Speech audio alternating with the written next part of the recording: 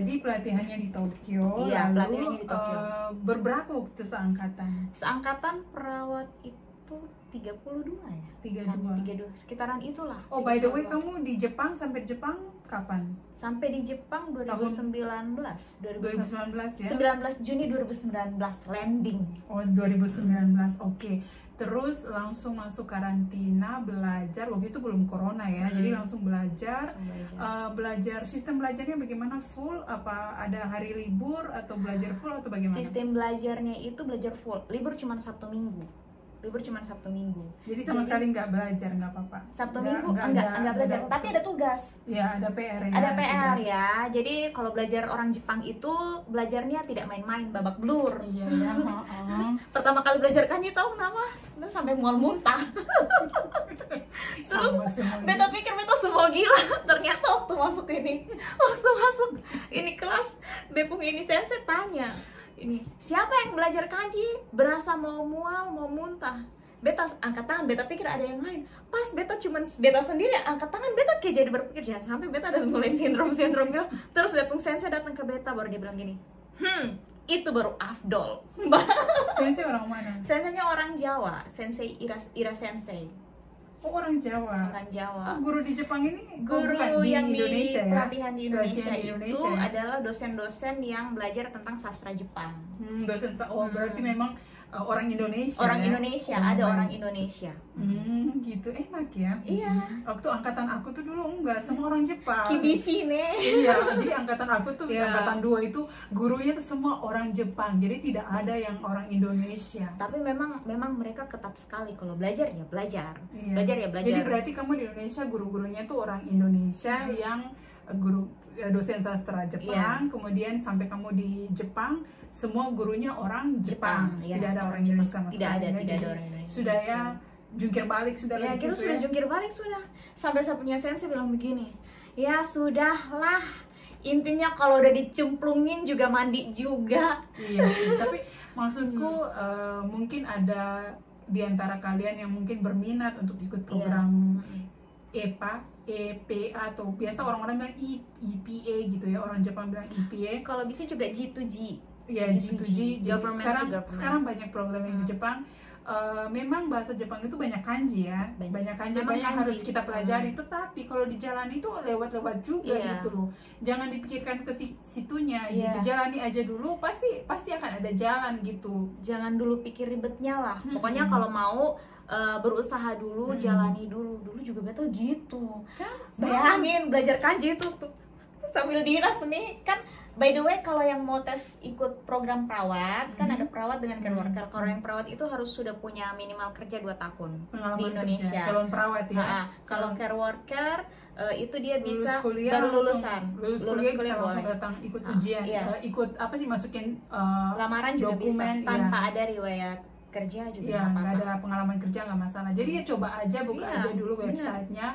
Siapa tahu kalian yang nonton ini atau saudara kalian, keluarga semua itu ya bisa dan punya jalan ya. Sebenarnya semua orang tuh punya jalan ya, diberikan jalan yang sama, kesempatan yang sama, hanya tinggal bagaimana kalian mau memilih itu atau tidak. Iya. Gitu.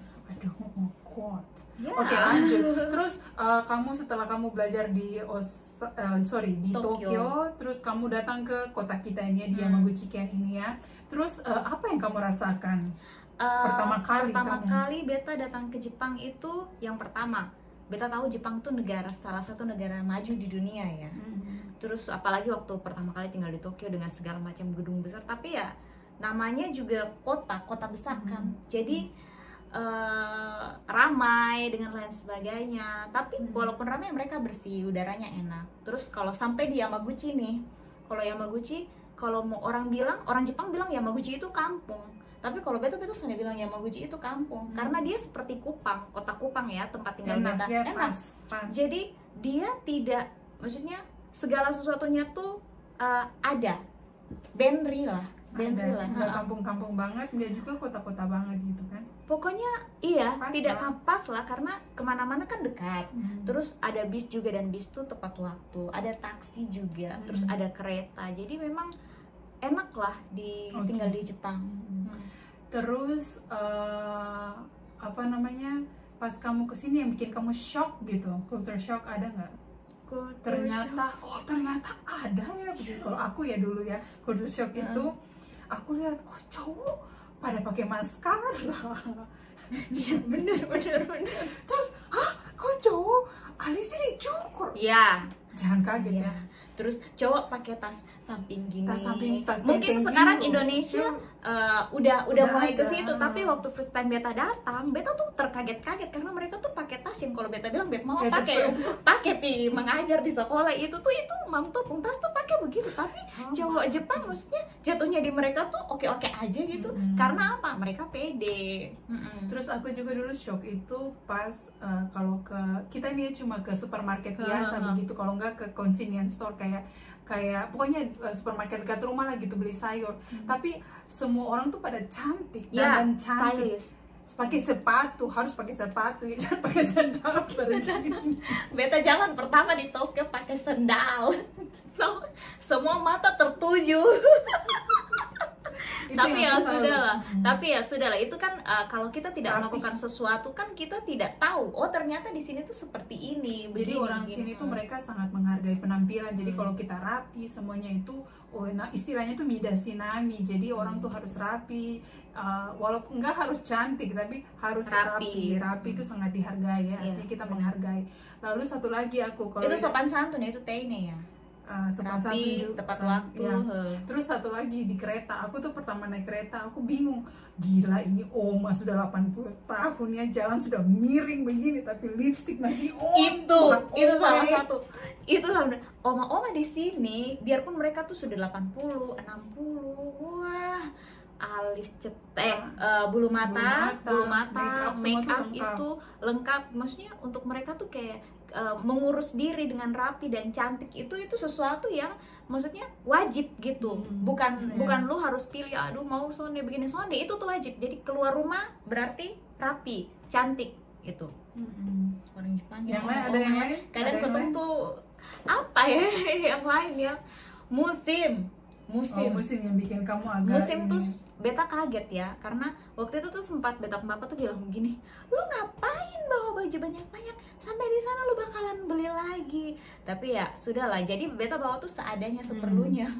Lu tau kak waktu musim aki, jadi musim aki itu musim gugur ya. Kalau musim gugur kan di Indonesia itu tidak dingin. Kalau di tempatnya beta tuh tidak dingin, hanya kayak hujan gitu. Nah, tahu beta suka pakai apa? Coat yang untuk musim salju. Dan itu tuh diketawain sama Uketsuke, resepsionisnya tempatnya beta. Mereka kaget karena kan itu tuh sebenarnya kita tidak perlu pakai itu, karena untuk mereka mungkin itu suhu yang biasa saja. Mungkin ya namanya juga kita baru ya. Tapi ya akhirnya dengan salah pakai kostum itu akhirnya juga beta belajar ternyata seperti ini. Tapi ya maklum lah beta punya tubuh baru menyesuaikan kan, jadi kaget gitu. Kita dari musim panas ke daerah musim dingin itu buat kita tuh di Indonesia tuh kayaknya suhu berapa kayak 24 apa 20 derajat itu udah rasanya udah dingin, tapi di sini tuh orang bilang biasa gitu. Suzushi. Sejuk ya. Sampai di Yamaguchi Ken kan kamu sudah masuk ke realita kehidupan yang nyata ya. Jadi kamu mulai kerja bukan di surga dunia ya. Kalau tempat pelatihan itu surga dunia, bro. Itu belum apa-apa, justru pas kita bekerja baru. Nah, pertama kamu masuk rumah bekerja, kita kan kerja di rumah sakit ya. Pas kamu masuk rumah sakit, terus apa yang kamu pikirkan? Bagaimana komunikasi? Apakah kamu merasa oke atau jadi atau kamu merasa ada yang agak susah atau bagaimana? Jadi begini, sebenarnya kalau kita belajar tuh kan ada kotoba, ada chokai, ada kata-kata. Jadi kita dengar, listening, kita dengar. Nah, beda ketika kita belajar dengan yang dunia nyata itu. Ketika kita belajar tuh kan masih bisa mengikuti kan, jadi pelan-pelan kita dengar. Tapi kalau kita di dunia nyata ketemu sama orang Jepang itu tuh beda. Tapi untungnya beta di rumah sakitnya beta ini ya, rumah sakit kita ya kan, itu kan mereka udah dari awal ya, dari Kak Elis, jadi mereka sudah bisa menyesuaikan dengan kami. Jadi mereka udah tahu. Jadi perawat-perawat yang senior atau mereka ngomong kita tuh dengan pelan. pelan. Kore yate kore Jadi- shite mite ii desu ka, pelan-pelan gitu ya. Jadi karena rata-rata rumah sakit yang ambil anak-anak EPA itu adalah rumah sakit yang sudah berpengalaman mengambil anak-anak EPA. Jadi biasanya sudah ada senior-senior yang lain sudah diambil. Jadi Iya. dia akan ambil terus tiap tahun itu, mereka akan rekrut orang-orang perawat, calon perawat atau calon caregiver dari Iya, Indonesia benar, gitu. Jadi tidak perlu juga takut kalau kalian tidak terlalu bisa bahasa Jepang. Pada saat kita belajar kita nggak terlalu bisa, nggak terlalu mahir gitu, tidak perlu takut karena pas kamu sampai pun rata-rata tuh mereka mengerti. Jadi kamu harus kasih tahu ke mereka bahwa saya itu tidak terlalu lancar, mohon ngomongnya kerjasamanya. pelan-pelan gitu, mohon diajarin gitu aja. Itu mereka baik sekali ya. Iya. Dan maksudnya so far so good lah. iya sih, Bisa, maksudnya iya. dengan berjalannya waktu akhirnya lu bisa paham sendiri, mengerti. Oke, aku mau nanya, apa yang bikin kamu shock, maksudnya di Jepang itu di dalam pekerjaan kita ya, apa yang bikin kamu shock gitu? Contoh kayak nggak ada santai-santai, nggak boleh pegang HP atau bagaimana menurut Yang kamu? bikin beta shock, perawat kerja dari pagi sampai sore sambil duduk, Ya kan? kecuali tulis ASCAP itu Dan aja. istirahat. Kalau dan jam istirahat itu dijaga ya. Jadi contoh jam istirahat itu 1 jam, pasti 1 jam kita harus istirahat 1 Iya, jam. Tidak boleh terlalu cepat, tidak boleh juga terlalu lama karena kalau kamu istirahat kamu cuma ambil 30 menit, yang lain tuh teman-teman kita pada nanya, kok kamu cepat banget naiknya, Iya. cepat banget kamu balik kerja. Orang pada berpikir aneh, bertanya-tanya. kecuali kita ada memang yang sesuatu harus wajib kayak emergency, kamu tuh harus balik dan ngurus pasien-pasien kamu. Tapi kalau tidak ada yang sangat emergency dan semuanya sesuai dengan regulasi gitu ya, itu kalau jangan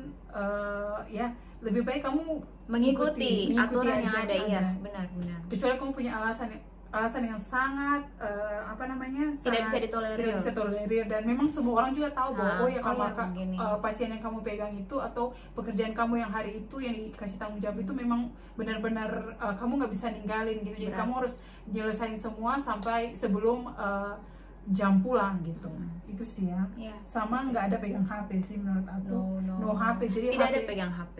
HP itu tidak boleh dibawa juga setahu Tidak aku boleh. ya. HP tidak boleh dibawa ke tempat kita kerja, tidak boleh dikantongin. Jadi HP itu Di loker harus dimasukin semuanya. ke dalam loker semuanya gitu yang berhubungan. Jadi kalau ada apa-apa biasanya ditelepon langsung ke rumah sakit, langsung ke ruangan kita gitu, karena ini jam kerja teman-teman, seperti itu budayanya ya. Nanti kalau mau pegang handphone berarti pas istirahat pegang handphonenya. Iya boleh. Pas istirahat boleh pegang handphone, boleh, terserah kamu gitu. Apalagi Dan no ya? foto-foto, Oh iya, no foto-foto, tidak ada foto-foto, no. foto-foto pakai baju seragam, no. Privacy ya. Privacy. Kalau mau foto nggak apa-apa, yang penting jangan nyebarin. Nah, jangan nyebarin Jangan karena nyebarin. aturannya di sini agak ketat kan, privasi orang kan, Di masing-masing sini orang. privasi sangat dijaga ya, tidak boleh sembarang. Foto-foto terus apa lagi ya? Nah, aku rasa itu aja kali ya, menurut aku sih yang paling ini. Sisanya Terus sih kerja semua sama tim sih, kerja Iya. sama tim, komunikasi. komunikasi. Jadi dan semuanya itu sudah ada waktunya gitu. Jadi kayak datang pagi ngapain, berikut ngapain, itu semua tuh sudah ada. Jadi semua tuh sesuai dengan, jadi jam segini harusnya gini, kamu nggak bisa kamu gini, kamu ngerjain yang lain tuh, karena semua tuh sudah ada jadwalnya gitu, sudah terarah gitu. Jadi walaupun kita baru pun, anak baru datang ke Jepang gitu, maksudnya kita yang masih junior, kita tuh bisa mengikuti karena lama-kelamaan kita akan tahu tuh jadwalnya, regulasinya gimana, pagi ngapain, siang ngapain, jam segini harusnya ngapain, harus apa, kayak hari Senin harus apa gitu. Oh ya, satu lagi, pasien-pasien di Jepang itu kalau mandi itu harus masuk ofuro itu masuk bathtub ya. Di Jepang itu masuk bathtub, bukan kayak kita di Indonesia pakai shower. Ada sih yang pakai shower juga, tapi rata pasien yang cuma mereka netakiri, istilah netakiri itu segala sesuatunya tuh